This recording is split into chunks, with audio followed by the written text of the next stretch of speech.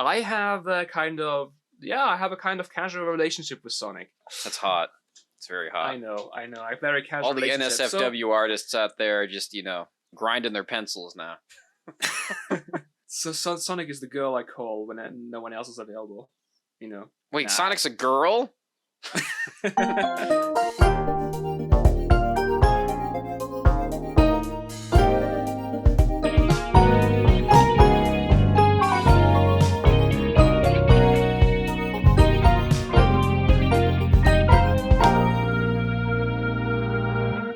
Welcome to Sonic Historian, where we talk about Sonic and history and things.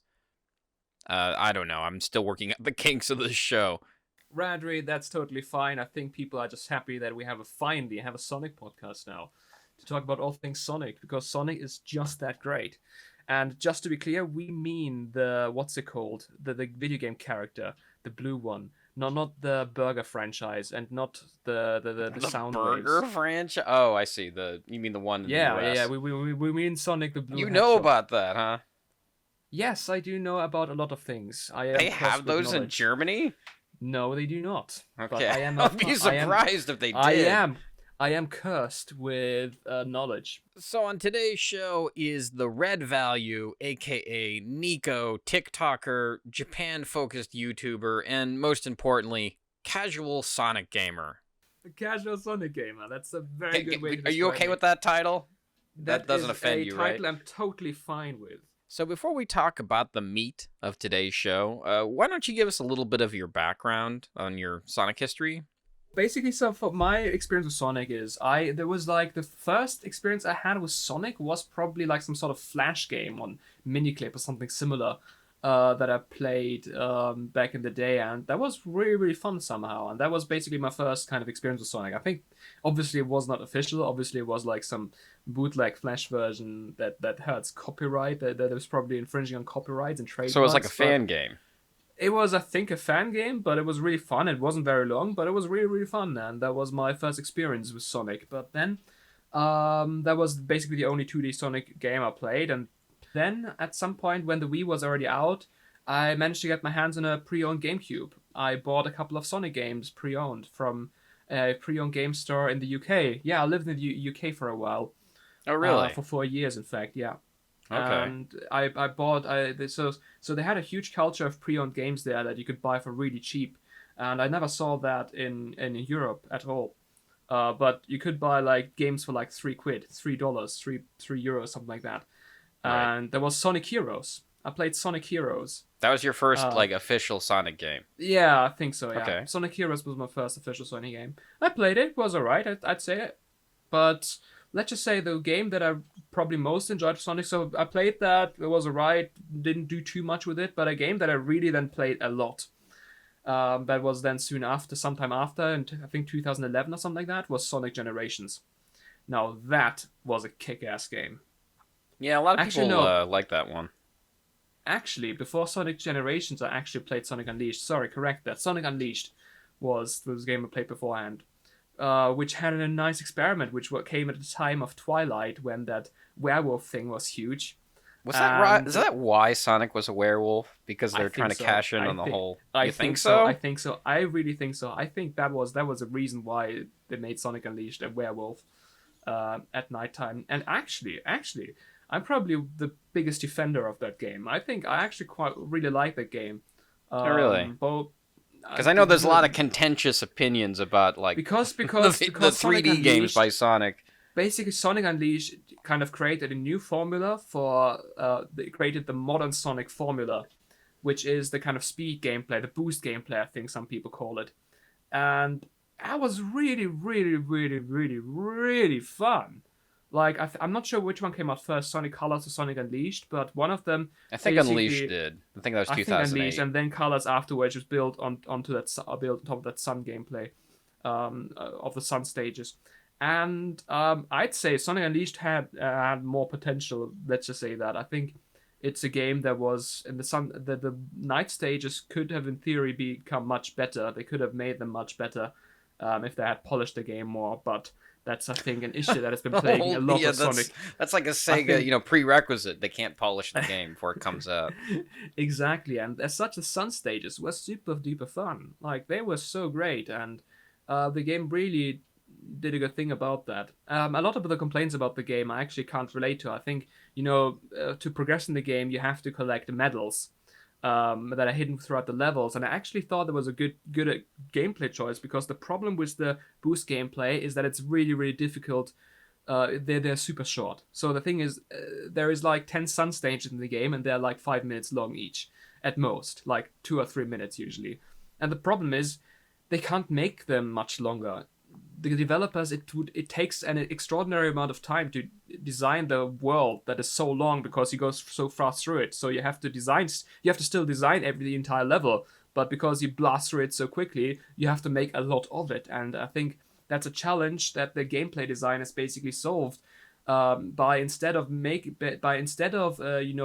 more levels, they said, all right, we're gonna add additional paths into the levels, so there's like multiple paths you can take, and then we'll make you replay the levels multiple times to make sure you find these paths, just so you can get more gameplay out of it. And I thought that was actually a really good gameplay choice, that you had to find the medals. I actually really, really liked that, because it made you explore the levels and made you play the same levels in a different kind of ways. And I thought that was really great. And overall, I think the Sun gameplay, I'm calling it the Sun gameplay, the boost gameplay, was basically a winning formula, at least for 2 more games.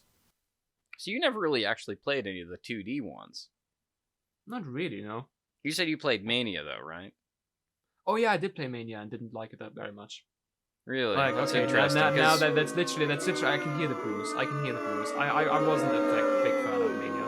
I'm so sorry. Do I need like a soundboard? Like, you need a soundboard, because that's literally it. Just wasn't my kind of game. It was very. What I played when I noticed it, I really noticed that the developers of the game, they loved Sonic, they loved the game, and they put a ton of effort. And I can very much sense that this game is great for people who like 2D Sonic. If you like 2D Sonic, that's your perfect game. But for me, I think for me the issue is I never had this kind of connection to 2D Sonic, and as such for me, the certain gameplay elements just felt dated for me. And that's why I never had the kind of connection to Sonic Mania. That's why I didn't like it that much. But like I said, I noticed the quality. I noticed that the game really has a ton qualities behind it, and I can see why people like it, and rightfully so. The game had a lot of love put into it. It just wasn't for me, and I'm more like the 3D boost gameplay Sonic fan. Yeah, right. Now, I wanted to talk a little bit about what Sonic's image is in Europe in general. As I've been researching all this stuff about Sonic, I've been finding out that the UK is like one of the biggest places for Sonic, surprisingly, because they have their own comic book based upon him, and I guess everybody there owned the Mega Drive instead of Nintendo. Ooh, yeah, I think that makes sense, because when I was in the UK, I think that was quite a topic within the gamer community, if I recall. It was in Germany. I don't think no one really talks much about Sonic or the Sonic community, while in the UK, the talk was more. There is also this huge stigma Sonic is somehow related to autism in the UK. Oh, really? You got to tell me more about this. Yeah, and the thing is, in the UK, autism is oftentimes diagnosed, while in Germany or Europe in general, it rarely is diagnosed. I actually told someone some time ago that I was on a Sonic-based podcast, and then I was called undiagnosed autist. Wait, what? Repeat that? Like, someone called me an undiagnosed autist. This isn't the first time somebody has associated with autism with Sonic the Hedgehog, because there was another person who I talked to who draws, I guess you could say, not safe for work Sonic material, and I asked him, why is it so popular? Like, because you see other characters that like people draw in like perverse situations, but there's just so much of it with Sonic. I'm like, why is that? And he said one of the reasons is probably autism. And so I'm curious. What would autism have anything to do with Sonic? That's what I don't understand. Well, I don't know. I guess because he was saying that sometimes that you disassociate. Because I guess what autism is you disassociate, human emotions from things, and you Mm-hmm. love things opposed to human emotions. Mm-hmm. That's the best way I can understand it. For example, you often find things. I guess Okay, here's a good example. Mm-hmm. Humor in particular. Humor is really subjective. What one Yeah. person finds funny is not going to be found funny by somebody else. Yeah. Uh, I remember seeing some. I think it was like a Malcolm Gladwell book I read that gave a really good example about what autism is. Mm-hmm. Uh, there's like one like tense scene, and I forgot what movie it was or book or play. I think it was Who's Afraid of Virginia Woolf, and like one of the characters, he was trying to fire a gun at one of the characters, but what happens is in the end of the gun, like an umbrella comes out, like it was like a trick gun or something. Yeah. Normally, like the response you're supposed to have is like a sense of relief, because like, oh, okay, he didn't kill anybody. But for somebody who's autistic, they often find that scene hilarious because the gun is not supposed to fire an umbrella; it's supposed to fire a bullet. Ah, so you designed an autism test.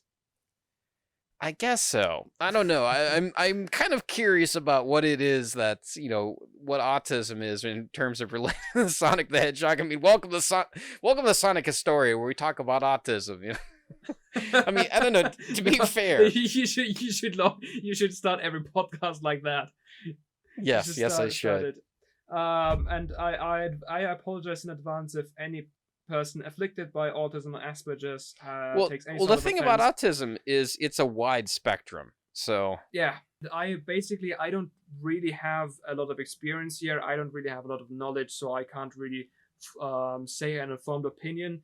All of what we're talking about right now, or what I'm saying right now, is mainly just exploring the topic and subject. right, I know And you didn't mean it derogatory. I mean, you weren't trying to like say it yeah, in a negative of way. course. I think it's just important to just mention that we are just exploring the topic right now. Yeah. For our listeners out there, if you are an expert or are someone who can help explain why Sonic the Hedgehog would be linked to autism or any other psychological disorder, we would be interested in talking to you. This all being said, I am by no means trying to alienate any fans of Sonic the Hedgehog, as if I am saying people who like this franchise all produce aberrant behavior. Instead, I am merely trying to understand why this association exists, and to see if I can find if there is or isn't a fundamental link between autism and Sonic. Anyway, with that out of the way, please, Niko, talk. Yeah, one thing that I just came into my mind why I have quite a lot of sympathy for Sonic. What's that? Yeah, that's I feel like I have a strong tendency to like the underdog, and for me Sonic is like the kind of eternal underdog. I kind of just want to see Sonic perform well. I think he has put. You can see that Sonic has potential in terms of games, and I only know Sonic really from the games. I think I saw some of the Sonic Boom show on Netflix as well whenever I'm Right. subscribed, which is quite fun. And but for me, Sonic is like the kind of underdog, and you just sometimes want to see the underdog win. And I see that in football as well. Like I always want to see the underdog team win in football, European football that is, Right, soccer, right. what you call it. Uh, Kickball. there is currently a European Championship going on, and I kind of just always want to see the underdog win. And it's something that I feel with Sonic as well. I think that's why I have personally a lot of sympathy for Sonic, Right. and So maybe a lot of people have that as well. I think so too. Yeah. Yeah. What I'm kind of curious of is what's your opinion of him right now? I mean, because it seems like he's got a lot of things going for him, more so than Mario right now. He has the new movie coming out, the new Netflix TV show coming out. Oh yeah, there is another movie. I heard the first one was quite alright. Oh, you haven't even seen it. No, I haven't. Okay. I forgot about it. I'm so sorry. I'm so No, sorry. it's fine. I mean, this is about your experience. It's not about mine. Yeah, I actually recall. I should check it out at some point. Yeah, I don't really have much time at all. That's why I never get around to watching these kind of things. But Sure. Actually, that's a good idea. Oh, also, I actually didn't mind the first design that they made for the Sonic movie. I Oh, thought really? Wow, we got somebody here who didn't mind the first design. Wow. it's like, it's just, yeah. For me, it doesn't always have to be the same.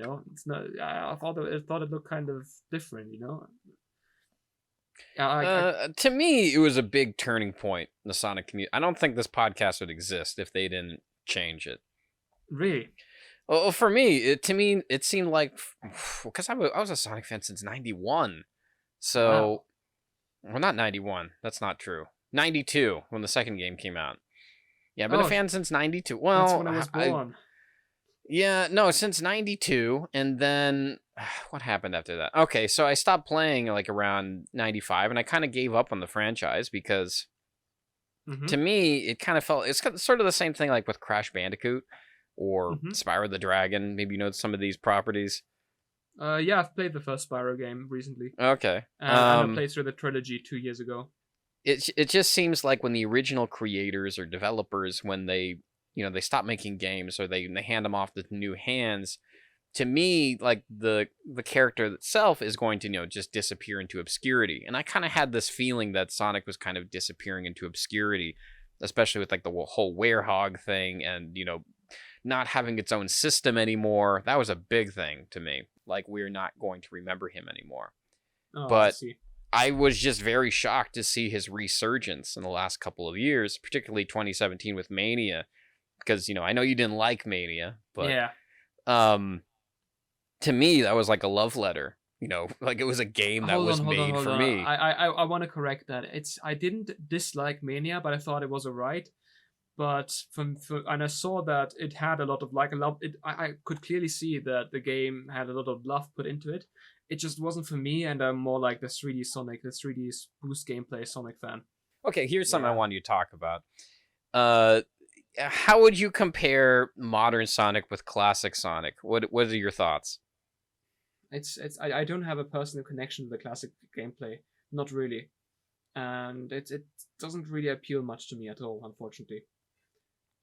For me, I don't really like 2D platformers either, so I'm not really into them anymore. I think I've had a while where I burnt out from them, and I never recovered from it, so to speak. I play a 2D platformer here and there, but that's enough for me, and I think Sonic kind of never made the rotation.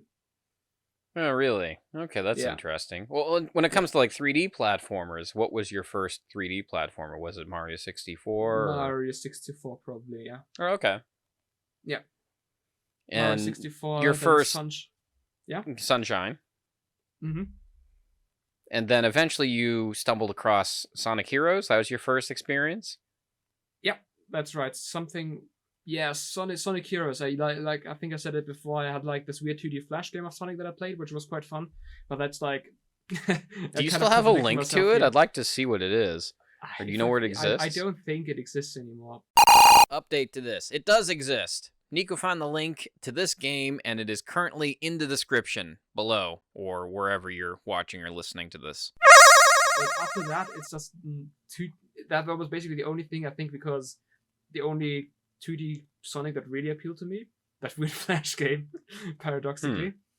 No, if you find it, let me know. I'd like to see what it is that maybe modern Sonic fans like about, maybe if there's anything they like about 2D Sonic. Then I discovered Sonic Heroes, and that was like kind of, I thought the gameplay was alright. I never quite finished it, unfortunately. Got stuck at the final boss. And then I basically was aware of the franchise, and I saw Sonic being put into Smash Bros. And that made me more, let's just say, curious of the franchise. So what I think helped me to get to know Sonic better is actually his inclusion into Smash Bros. If that didn't happen, I would probably know a lot less about Sonic than I do now. When was he put in the Smash Brothers? I don't even remember. The first one was for the Wii, so that was, I think, 2005 or 2007, something around that. Long ago. Yeah. Yeah, because it felt very odd, because I remember talking to one of my friends back when I first came to Japan in 2009, and just saying, oh, isn't it pathetic? Sonic is owned by Nintendo now. Like, they used to have he used to have his own system. It's just pathetic that he's on another person's system. And that's Yeah. just kind of the feeling I had with the character. It's like, he used to be good, he used to be somebody. But I can't speak for modern Sonic fans. So I'm kind of curious about what their opinions are, what their takes are. For Because me, when I just hope to get as many good Sonic games as I can, as 3D Sonic games as I can get.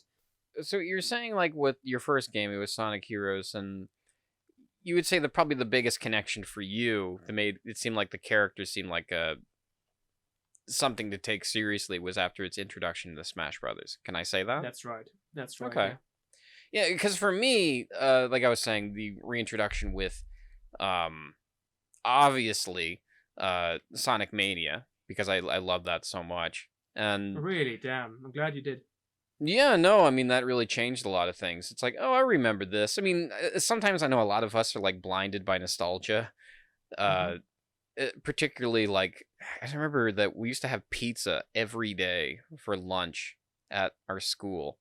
And if I showed you Wow. pictures of what that pizza looked like, oh, it was Oh God. disgusting. It was Oh God. awful. And like I Oh God. remember liking this, and I sometimes worry going back to older games I played as a child and thinking, okay, this is when my brain wasn't fully developed, Yeah, So yeah. I gotta remember. That's actually the case.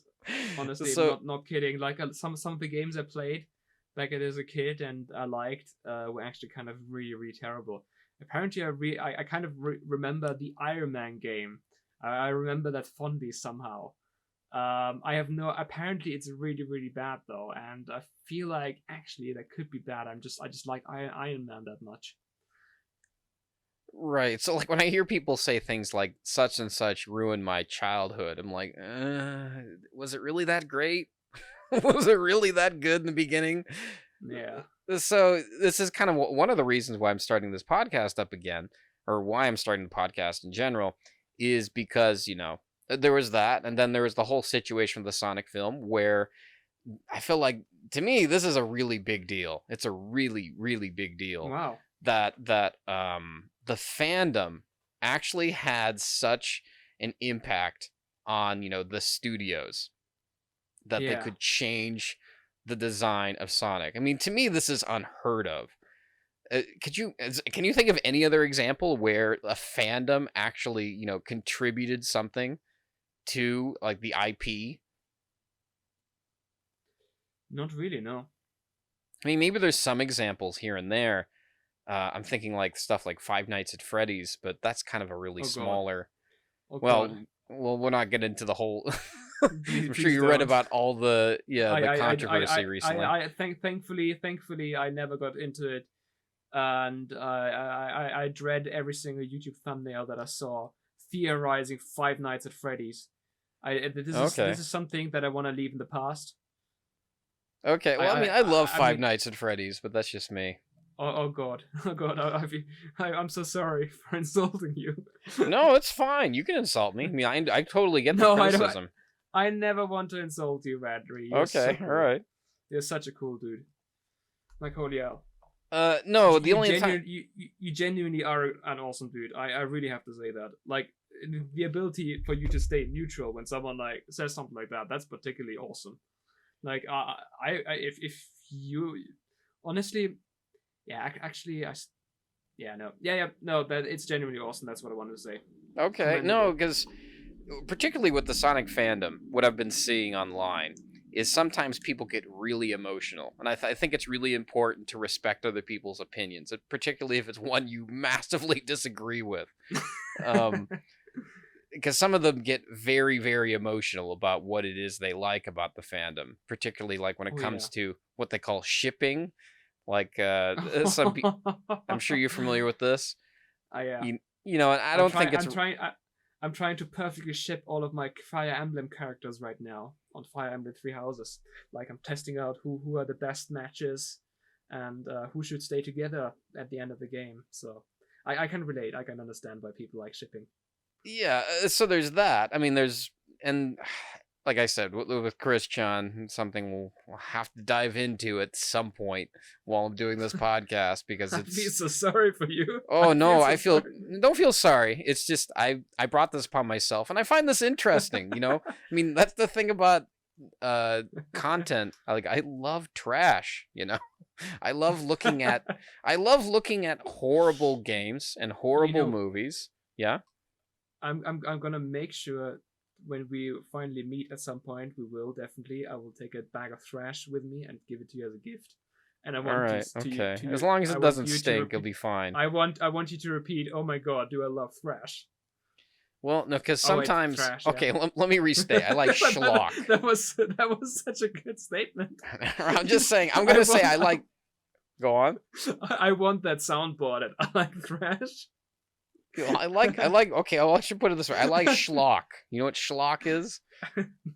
I can figure it from the context. Yeah. That Something that's perfect, low in Radrey. quality, that's kind of lower grade. And the reason why I like this, I the reason why I understand, like yeah. trashy movies and trashy games and things like this is because, I mean, I've said this hundreds of times, and I'll say it 100 times more, that you learn way more from a trashy game than you will from a good game. Because, like, think about all the great art or the great games that you've seen, and, Mhm. other than just saying, wow, that's so cool, that's really excellent, that's really good, Mhm.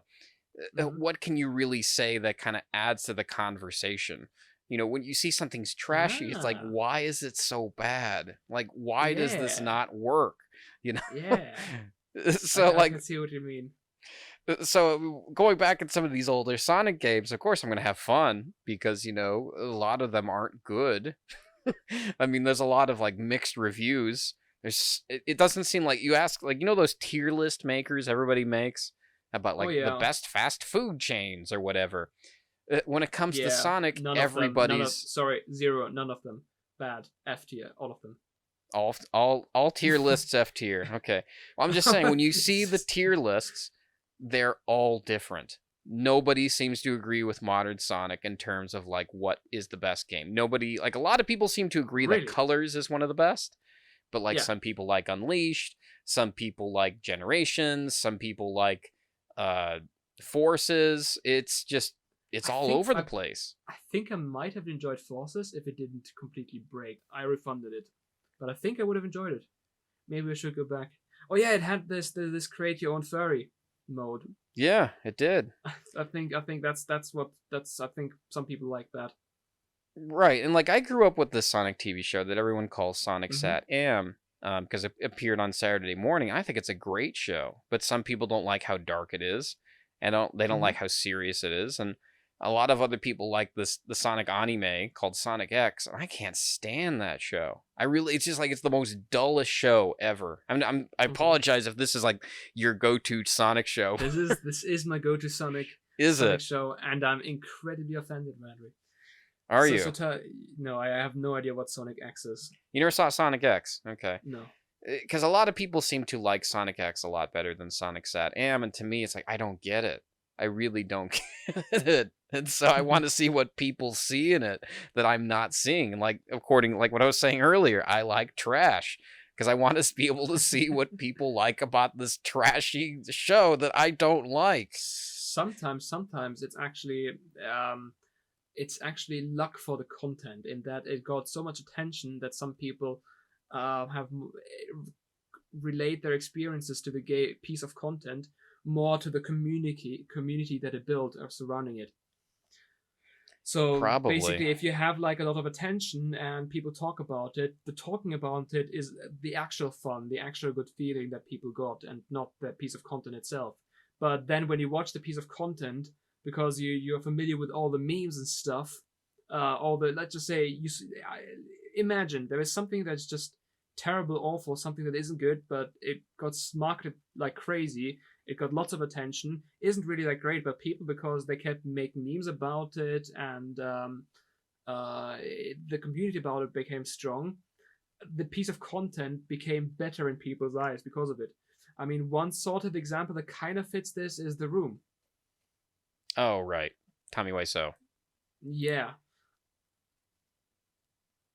Yeah, I love The Room. That's great. Well, actually, no, I don't love The Room. I can't get through that movie. I saw I didn't see The Room, but I saw the documentary on it. Disaster Yeah. movie, I think it was called. Oh, dude, no, that movie is so hard to get through. I mean, I love the book that's based upon it. I guess that's a good example. That's a really good example.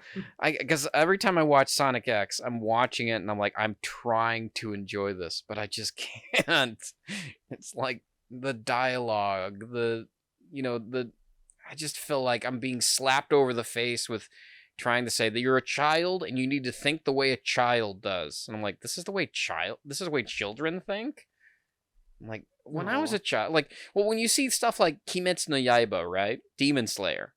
You've seen it, Okay. right? No. You never saw Demon Slayer? You're familiar with how popular it is though, right? I don't really watch anime. That's I think fine. I'm like That's fine. One of the only 3 Japan YouTubers who don't watch anime. Well, okay, I'll just say this. That show is huge, and a lot of the children that here in Japan, the ones that I teach, they love the show. They really, really, really love it.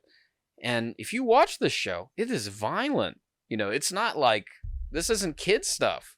This is for like young teenagers.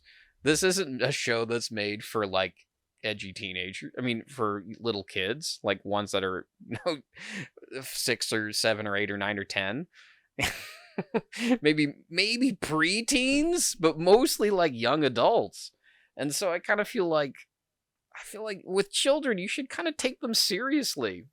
At least that's just my impression. I don't know. Actually, so it's you're right. I think I've heard that sometimes before. That children are sometimes underestimated in their ability to think. Yeah, so I feel like when I watch stuff like Sonic Sat Am, I'm thinking like, okay, this is a very adult-themed show, and I watch it now, and it's still pretty good. I mean, like, yeah, that really does hold up well. The show's still, the stories are pretty good. The characters have motivations. There are there are wins and losses in the show, because most of the time, most shows, it just says the good guys win. And the next episode, the good guys win. I mean, and this is like one show where the good guys lost every now and then. No. Well, I mean, which is good because it adds more conflict. It adds more character. So I mean, that's one of the reasons probably why I like the show better. Yeah, I feel like I get what you're saying. I guess in lesser words, that's what I'm trying to say. But all right then, I think that about wraps up our I guess that wraps about up our third. I'm not sure where exactly I'm going to put this in the podcast order. It's the first recorded episode. That's what I'm going to say. It's the first recorded episode. This is the first recorded episode. It might not be the first episode of the show, but it is the first recorded episode, and no one can take that away from me. Sure. Yeah, that's right. No, but I had a lot of fun. I had a lot of fun, Radrey. It was great. Yeah, certainly. I'm not sure if Niko has any... You're not really involved with Sonic in any other regards, though, in terms of content creation, right? Will you ever? Maybe I'll make a fun facts video about Japan that has something to do with Sonic. Maybe I'll do that. I guess to plug you a little bit, yeah, Niko mostly makes videos for YikTok. Yeah, there you go. We'll just mix YouTube and TikTok together. We'll call it YikTok. YouTube, and TikTok. So yeah, he makes videos for YouTube and TikTok. Mostly about Japan content. The YouTube videos are more about like kind of more documentary style about. No. I would not describe my content as documentary style content. I would call them more into this kind of adventure style. I'm open to making documentaries in the future, but the kind of videos I make are kind of vlogs or adventure videos, because they're not really vlogging, but it's a travel video where I also try to look into a little bit more into the science of what happens. So it's a bit of a mix there. For me, it's important to go somewhere and have fun going there. And for me, part of the fun is learning about things. So for me, I would say it's a travel video with a kind of educational touch. That's what I would call it. Okay then. Yeah, so you can find him there on where we find you is the Red Value. Is that correct? The Red Value, yeah. You can search his name on Google, and it's probably the first thing that comes up. I hope. Is it? Maybe. Usually it's the color red that comes up. It's Let's like see. a color, what shows up? It's like a color code. It's like a color code for the color red, and you see like a red square usually in Google Images. Yeah, no, when I type your name into Google, you're the first thing that comes up. So that's good. No way, that's new. Awesome. Yeah, That's the because first like time if I Googled type in myself in Radrey, ages. let's see. The first video comes up as my YouTube channel, so that's good. Oh, Then my awesome. Instagram, then my Twitter. Awesome. No, that's good. Googling yourself is always fun. All right, then. So for anyone who wants to join me for a live stream, there's a Sonic stream every Wednesday on Twitch TV/RadCulture. Be sure to tune in then. Or I guess it's not really tuning in, if you're on the internet. Be sure to click the buttons or join the Discord below. Push the Discord button below to join some of the Discord servers that I'm a part of. I have a Sonic Discord if you're willing to join that. Make sure you choose a role and introduce yourself. If you don't want to introduce yourself, just choose a role. And so, until then, I'm Radrey and Niko. And hey, Niko. I'm not gonna do Jesus man. I'm not in this show. No, I thought, yeah, your Jesus man is your kind of catchchphrase for the other. Yeah, no, that's why I come Japan. I don't know how else to end this. How do I end it, Niko? No, how do I end it? we ended by wishing everyone a bloody good day. We're gonna get so much fun done on this podcast, and people who will listen in will have their life better because of it.